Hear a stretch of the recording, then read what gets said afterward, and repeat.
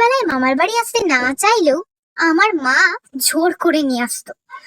আমার মামার বাড়ি আসতে ইচ্ছে করতো না, কারণ আমার দিদা আমাকে খুব পেটাতো। কিন্তু দিদার হাতের ভালো মন্দ খাওয়ার টানেই কিন্তু আমি মামার বাড়ি যেতাম। শর্ত দিতাম যে আমাকে কিন্তু এটা বানিয়েই দিতে হবে।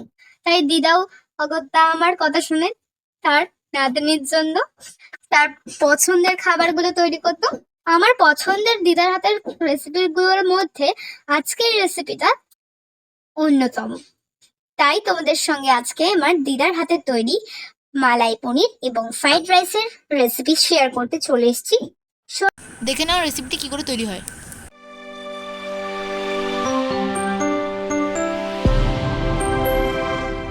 তো এখানে আমরা কেটে নিয়েছি গাজর, টমেটো, ক্যাপসিকাম। নিরামিষ যেহেতু এই কয়েকটা সবজি আমরা কেটে নিয়েছি। আর এদিকে আমরা পনিরটা কিউব কিউব করে কেটে নিয়েছি। এখানে ফ্রাইড রাইসের ফ্যান ছাড়া হচ্ছে। প্রথমে আমরা কড়াইতে রাইসের একটা মশলা প্রিপেয়ার করে নিচ্ছি।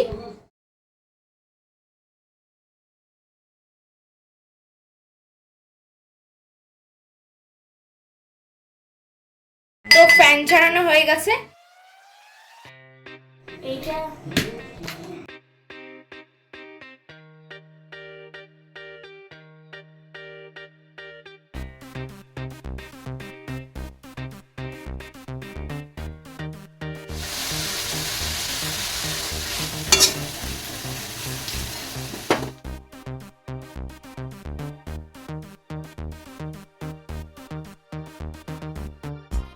বলো। এটা পনিরের জন্য বাড়ছি মশলা। এতে আছে টমেটো, কাঁচা লঙ্কা, পোস্ত আর কাজু। এই তেলে এবার ক্যাপসিকামটা ভাজা। তো গ্যাসের ফ্লেমটা হাইতে রেখে ক্যাপসিকামটা তুলে দিচ্ছে। এবার ক্যাপসিকামটা এবার ভাজা হবে।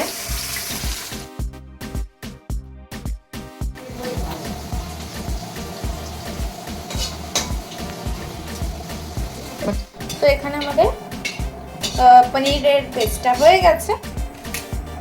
তো এবার ওই একই তেলেই তেজপাতা ফ্রাই করে নেব। সমস্ত সবজি ভাজা হয়ে গেছে।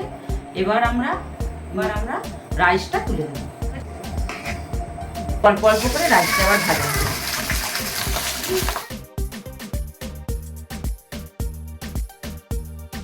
তো এবার আমরা স্বাদ অনুযায়ী লবণ দিয়ে দিলাম।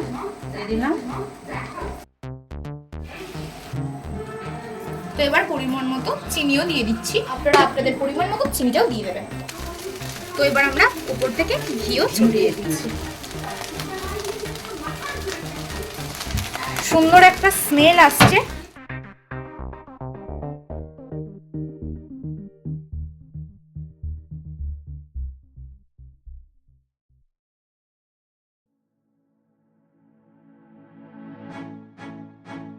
এবার মশলা দেবো। মশলাটা দিয়ে এবার নামিয়ে নেবো।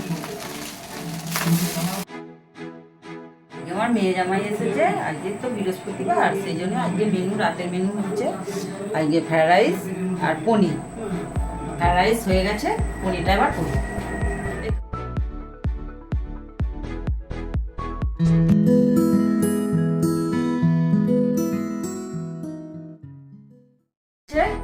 এবার কড়াই তেল দিয়ে দিয়েছি। এবার পনিরটা ভাজা করবো।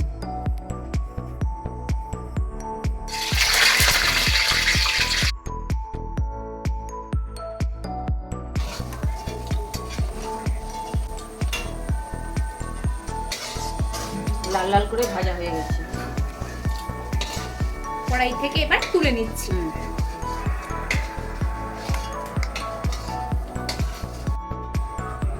তো আমাদের পনিরটা ভাজা হয়ে গেছে। কড়া থেকে আমরা পনিরটা তুলে নিয়েছি। এবার কড়া বসিয়ে দিয়েছি, তেল দিয়ে দিয়েছি। এবার মশলাটা দেবো।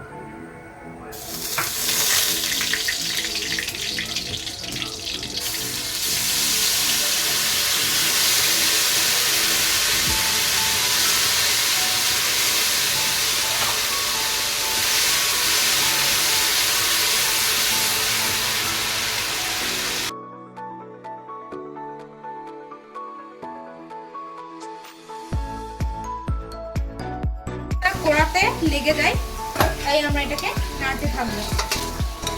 মশলা দিয়েছি। এবার এই মশলাতে একটু বেশি পরিমাণে চিনি দিয়ে দিচ্ছি, যাতে একটু মিষ্টি মিষ্টি ব্যাপারটা হয়। আর স্বাদ অনুযায়ী কিন্তু লবণটাও আপনারা অ্যাডজাস্ট করবেন।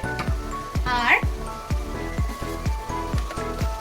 গ্যাসের ফ্লেমটা কিন্তু লো টু মিডিয়ামে রাখতে হবে, নাহলে মশলাটা পুড়ে যাওয়ার চান্স রয়েছে, সেই দিকে আপনারা একটু খেয়াল রাখবেন।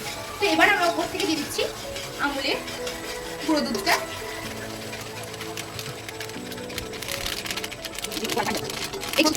এই গুঁড়ো দুধটা দেওয়ার ফলে আরো টেস্টি খাবারটা আর একটু ক্রিমি হবে। আমরা এখানে টোটাল 2 প্যাকেট গুঁড়ো দুধের প্যাকেট ইউজ করেছি। দেখুন ব্যাপারটা দেখতে কতটা ক্রিমি টেক্সচার হয়েছে। এরকম ক্রিমি টেক্সচারে কিন্তু আনলে তবে কিন্তু পনিরটা আপনাদের অনেক সুস্বাদু হবে।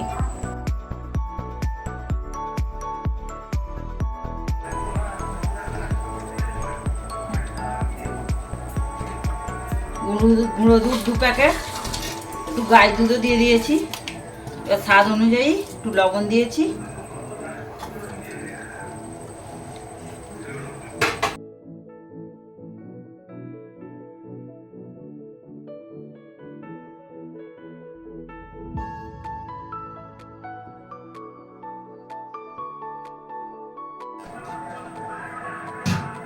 টেস্ট হবে। তো আমরা এখানে টোটাল 2 প্যাকেট গুঁড়ো দুধের প্যাকেট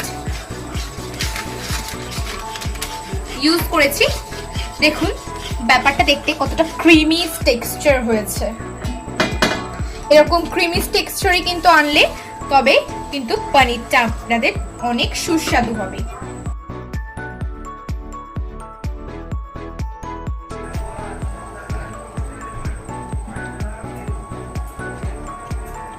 গুঁড়ো দুধ 2 প্যাকেট, একটু গাই দুধও দিয়ে দিয়েছি।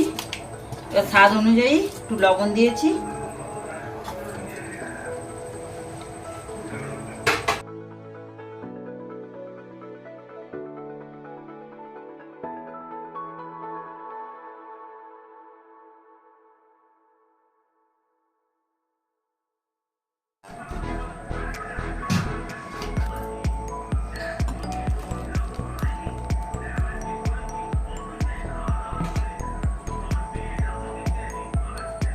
তো আমাদের পনিরও তৈরি।